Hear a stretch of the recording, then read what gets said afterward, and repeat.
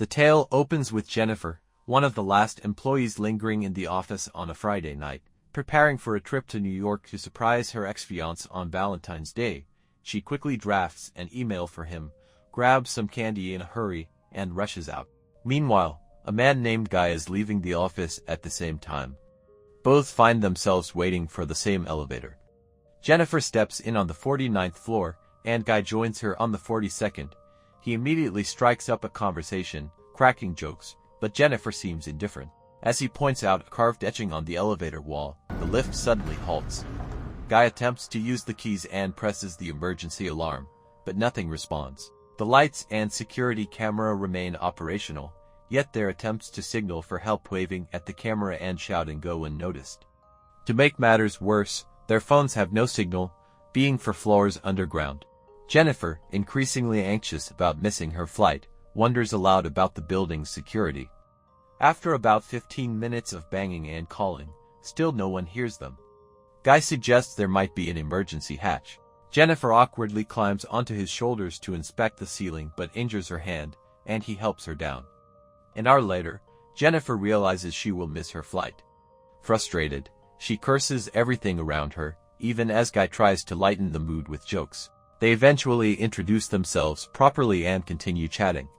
Jennifer, thirsty, accepts water from Guy, though they joke about opening his wine bottle instead. They discover both have bottle openers in their bags, which makes them laugh. Though they don't open the wine, Jennifer shares some candy with Guy, suggesting they ration it since they could be stuck until Tuesday. 4 hours in, Jennifer desperately needs to use the restroom. Embarrassed to do so in front of Guy, he offers a solution, using her thermos discreetly with his coat for cover. She instructs him to close his eyes and block his ears, then relieves herself. Afterwards, she contributes to the sketch on the elevator wall. Later, to pass the time, they play games and open up about personal matters. Guy mentions that nobody would search for him because he's absorbed in his job. Jennifer admits she is similarly isolated. She explains her New York trip was to surprise her ex, though she suspects he wouldn't have wanted her there. Deciding to celebrate still being alive, they open the wine bottle and drink. Hours pass as they sketch each other, growing closer. Guy confesses he has noticed Jennifer around the office before but never spoke up, fearing he might come across as a stalker.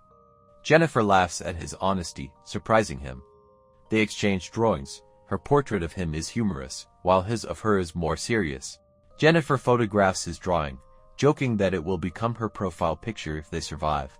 Conversation turns to food, but Jennifer, hungry, requests a change of topic. Guy lists ideas, and she opts for discussing intimate experiences. Jennifer asks about his dirtiest experience, prompting initial shyness from Guy. She recounts her first intimate moment with a college boyfriend in the library. Guy shares a story involving a colleague at a company picnic, though he gets uncomfortable midway, claiming arousal forced him to stop. Despite the awkwardness, he approaches Jennifer. They kiss, and eventually become physically intimate in the elevator. Afterward, Guy confesses he might be falling for her, but Jennifer pulls away, explaining her intentions to reunite with her ex in New York. She sees their encounter as casual, while her relationship with her ex is real. Guy, feeling rejected, insists they are meant to be together, becoming emotional despite being trapped together.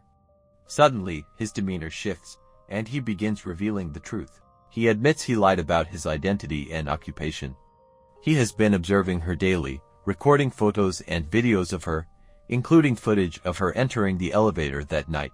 Jennifer realizes he is the building's security guard, angered and fearful, as he explains nobody like him ever gets noticed. Claiming he knows her better than her ex, he says he orchestrated everything that night. Pulling out a key, he starts the elevator, shocking Jennifer. She threatens to call the police, but he grabs her, resulting in a struggle that breaks the elevator key. Jennifer knocks him out with her shoe, only for him to recover and strike her down, leaving both unconscious. After some time, Jennifer regains consciousness to find Guy awake as well.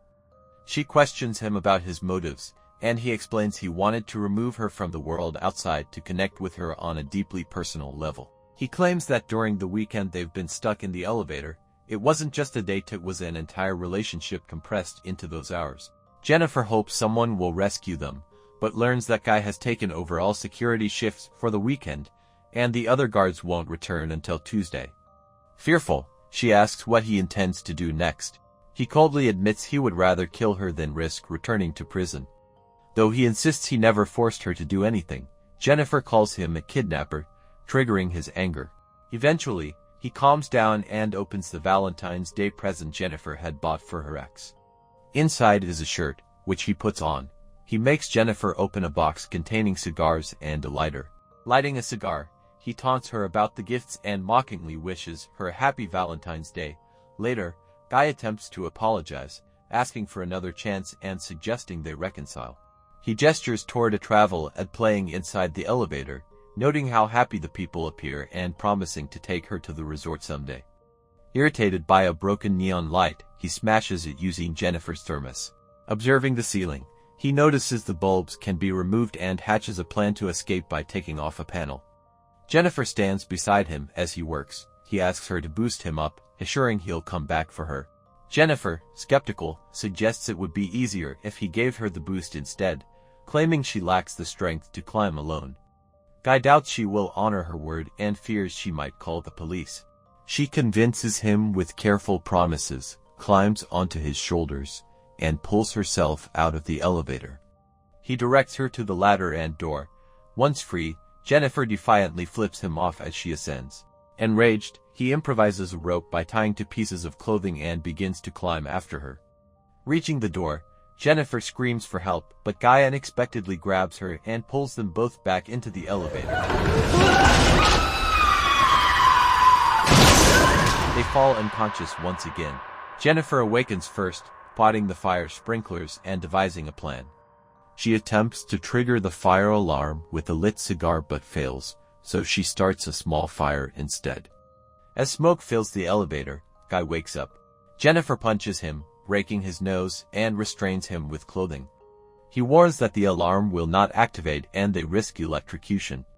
Jennifer presses him to confess everything while recording with her camera. She asks his real name, and he admits he is John Deacons.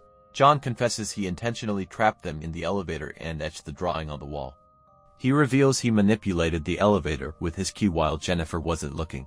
She forces him to admit to kidnapping her and recount all his actions, from striking her head to throwing her against walls. John claims his motive was simple. He wanted a date with her, knowing she would never accept a normal invitation. He discloses his previous life as a high-powered accountant and recounts a fatal car accident involving a woman he was with, for which he served only 6 months due to his influence. After his release, he became a security guard, seeking a temporary sense of purpose. Jennifer struggles to understand why he targeted her. John replies simply that he finds her remarkable. By Monday, they are still trapped. Another security guard, Ed, brings his girlfriend to the building to show her the roof. Unable to find John, Ed checks the security monitors and notices John and Jennifer in the elevator. Jennifer pleads for rescue. Ed attempts to open the elevator with a crowbar, but John intervenes, knocking Jennifer out and deceiving Ed by handing him the keys. When Ed attempts to enter, John activates the elevator, slicing him in half. He renders Jennifer unconscious again, transports her to his car trunk, and disposes of Eddie's body and clothes. John cleans himself, dons his uniform, and deletes all surveillance footage.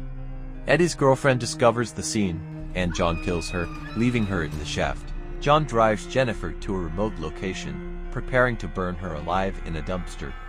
Before opening the trunk, he expresses regret that they couldn't be together. Jennifer feigns death, and as John approaches the dumpster, she attacks him, escapes the trunk, and starts the car.